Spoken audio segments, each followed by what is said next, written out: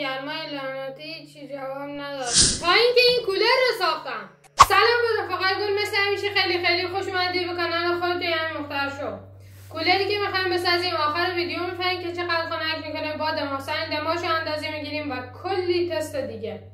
خب وسایلی که لازم داریم: یه نی، یه سیخ چوبی، کلید 01،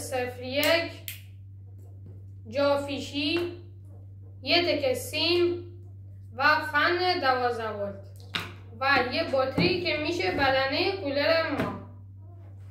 خب من دوربین رو بیارم نزدیک تا بهتر ببینید. خب اول باید سیما رو لعیم کنیم. من الان لعیم کاری نمی کنم که وقت شما گرفته نشه. سیم مشی که میشه سیم منفی، سیم قرمز هم میشه سیم مثبت. سیم مثبت فن رو باید وصل کنیم به یکی از پایه های کلید 01 مون. سیم فن رو که وصل کردیم باید یه تکه سیم دیگه بیاریم و اون تکه سیم هم وصل کنیم به پایه دوم کلید 01 مون. حالا باید سیم منفی فن رو وصل کنیم به سیم سیاه یا منفی جافیشی.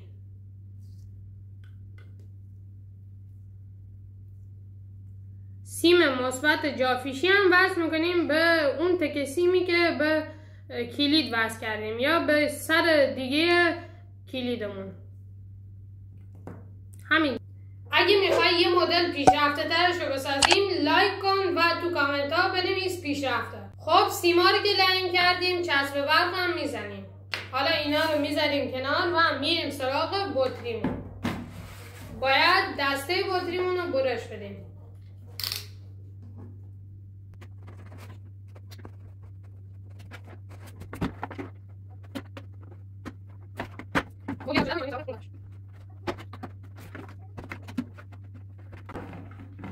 خب این از اینطوری میشه. حالا دسته رو که در آوردیم باید بریم سراغ برش دادن جای فنمون رو میاریم و میذاریم اینجا و به اندازه فنمون اینجا رو برش میدیم.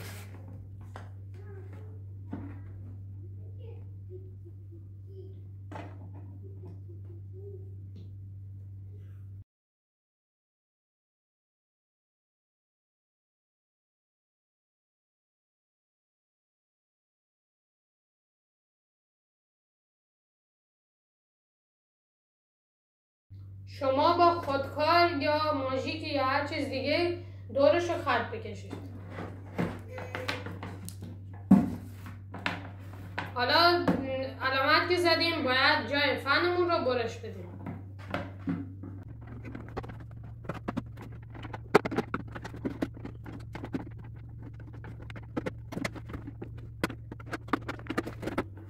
خب اینم از این.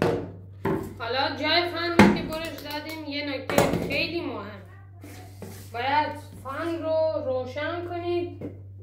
به لحظه من آداپتور آمدش. میکروفون افتاد. باید فن رو روشن کنید و ببینیم که پرتابادش رو به کدوم طرفه.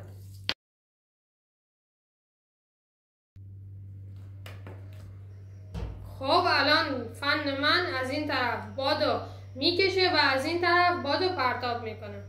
پس باید این طرفی که بادو میکشه رو به داخل بطری چسبیده بچسبه و این طرف که بادو پرتاب میکنه باید رو به بیرون باشه.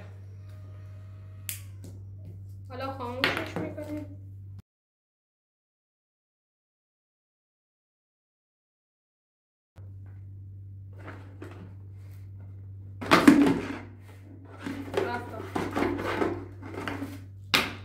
کم جاش براش کوچیکه. بیشتر برشش بدیم. مثلا من میخواستم به اندازه برش بخورم.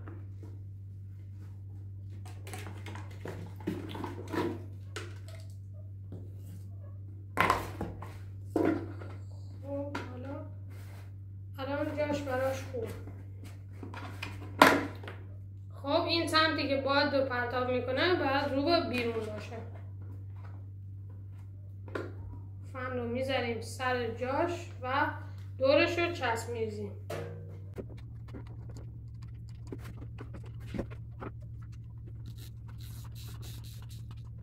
خب اینم از این. هرچی بیشتر دورش رو چسب بریزید محکم‌تر میشه و از جاش در نمیاد. حالا یه تست کنیم ببینیم روشن میشه یا نه. آرادور تو برق نیست.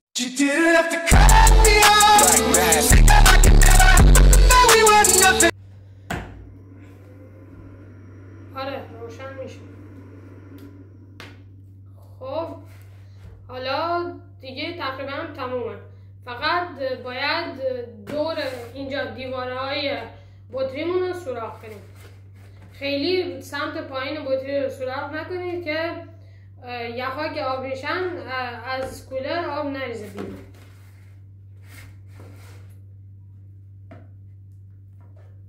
این که تو برق نیست. This is ایلان ماسک. خیلی عالی. بزنیش تو برق، منتظر بمونیم که حالا گرم بشه.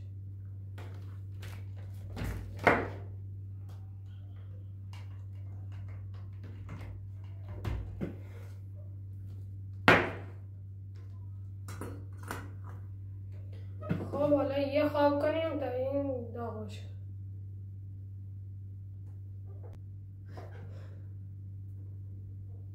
خب این داغ شد. حالا باید دور بطریمون رو سوراخ کنیم که هوا بره داخل بطری و از اون طرف فن هوا رو بکشه بیرون.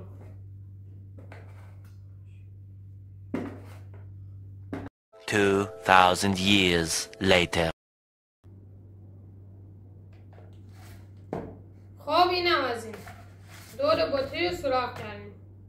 من وقتی که این سوراخاش کم بود تست کردم، پرتاب باد فنمون کم بود.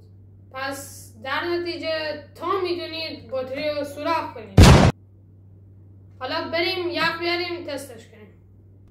اینم از یخ. حالا یخها رو باید بریزیم داخل بطری.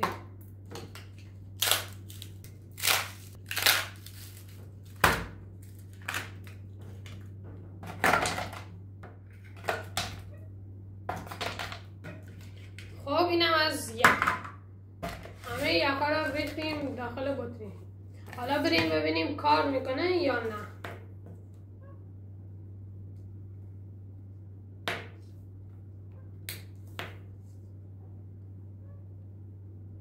کار نمیکنه. عجیبه. خب اینم از این. کار میکنه. کولری که ساختیم آیا واقعا خنک میکنه یا نه؟ در جواب این سوال میتونم بگم آره خنک میکنه، چون باد خنکی هم داره. ولی خب خنکی باد کولر بستگی داره به مقدار یخی که داخل بطری ریخته باشید و به مقدار سوراخ‌های بطری هم بستگی داره. هرچی سوراخش بیشتر باشه باد بیشتری میره داخل بطری و در نتیجه باد فن خنک‌تره. چقدر هوا رو خنک میکنه؟ چند درجه هوا پایین میاد؟ الان دمای اولیه این دما سنج 24 درجه است. حالا میگیریمش جلو باد کولر ببینیم چند درجه میشه.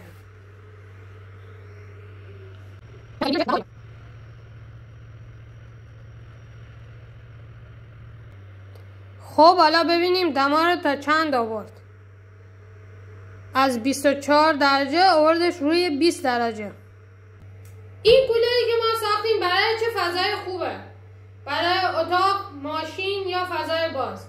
این کولر برای اتاق و ماشین خوبه که خنک میکنه، جواب میده. حالا این کولر برای چه مدت میتونه هوا رو خنک کنه؟ این کولر تا زمانی که یخهاش آب نشده میتونه هوا رو خنک کنه. هزینه ساخت این کولر چقدره؟ با چقدر ما میتونیم این کولر رو بسازیم؟ یه بطری داره، یه فن، کلید و یه جافیشی. جافیشی که هزینه زیادی نداره، حدوداً 3 یا 4 بستگی داره چه جافیشی باشه. کلید که اونم هزینه زیادی نداره. فن بستگی داره به اندازه فن. اگه فنتون بزرگتر باشه 100% قیمتش این فن ما میگیم 80 تومن، بطری هم که همه جا گیر میاد. با زیر 100 تومن میشه این کولر رو ساخت. آیا این کولر خطرناکه؟ نشتی آب یا برق گرفتگی و چیزهای دیگه؟ نه، خطرناک نیست. نشتی آب که اگه خیلی پایین بطری رو سوراخ کنید آب بیرون نمیریزه و اگه یخم آب بشن که دیگه از داخل همین سوراخ ها باید خودتون حواستون باشه که آب بیرون نریزه و آبش رو خالی کنید. برق گرفتگی هم که نه، اگه سیما رو چسب بزنید و سیما به هم نخورن یا آب رو سیما نریزه که چیزیش نمیشه. میتونیم با وسایل ساده این کولر رو بسازیم یا نه؟ آره، در کل این کولر با وسایل ساده ساخته شده. من خودم طوری طراحیش کردم که با وسایل ساده بتونیم این کولر رو بسازیم. یه فن، کلید و یه جافیشی و یه بطری، همین، دیگه هیچی نمیخواد. چقدر زمان میبره تا این کولر رو بسازیم؟ بستگی به سرعتتون داره. هرچی تندتر کاراش انجام بدید زودتر آماده میشه. بستگی به خودتون داره دیگه. آیا میشه این کولر رو قوی‌تر کرد، ارتقاش داد؟ بله میشه. فنش رو قوی‌تر کنیم یا بطریش رو بزرگتر کنیم، بیشتر یخ داخلش بریزیم یا سوراخ‌های روی بطری رو بزرگتر کنیم که باید بطری هم بزرگتر بشه که از این پایین آب نریزه. الان اگه من سوراخاشو بیشتر کنم از این پایین آب میریزه بیرون. راستی اگه میخواید یه مدل پیشرفته ترش رو بسازم لایک کن و داخل کامنت ها بنویس پیشرفته. در کل ساختن این کولر هزینه کمی میخواد و با زیر 100 تومن میشه ساختش و ساختنش هم کار راحتیه، کار سختی نیست. اگه میخوای یه مدل پیشرفته ترش رو بسازم لایک و سابسکرایب کن، زنگوله کنارش هم فعال کن و تو کامنت ها بگو پیشرفته.